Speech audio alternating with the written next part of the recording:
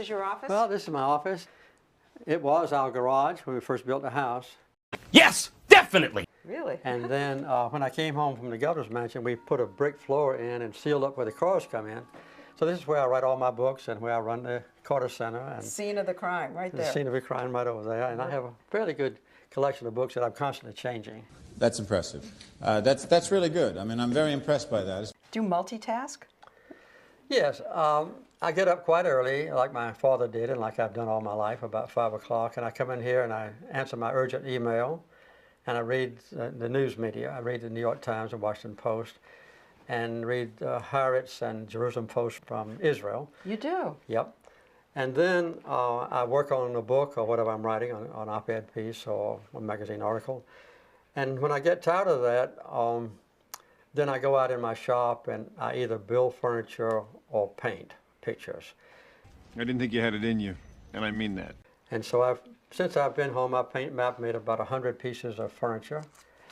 Right? Did I design myself? Yeah, this is one of my nice pieces. This is a coffee table. It's beautiful. What's the wood? This is a walnut. I had a walnut stump. This from here down was underneath the ground, and that was a walnut tree, and it was very rough. Yeah. So I decided to make the whole thing out of just hand tools that people had 300 years ago. So that's what took so long. It took me about 3 weeks to make this table, but it's one of my favorites. One eternity later. You started this after the presidency? Yes.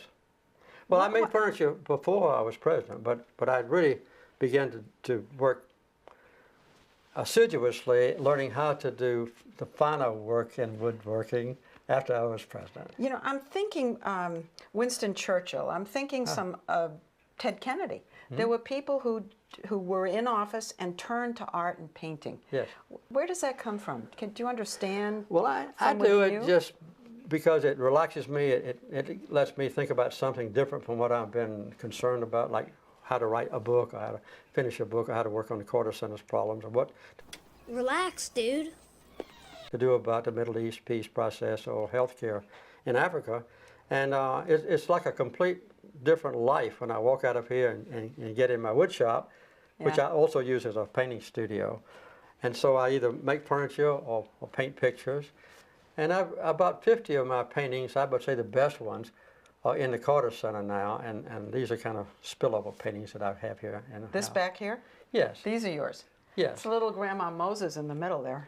Well, that was the first painting I did after I left the White House. And that painting is about 25 years old.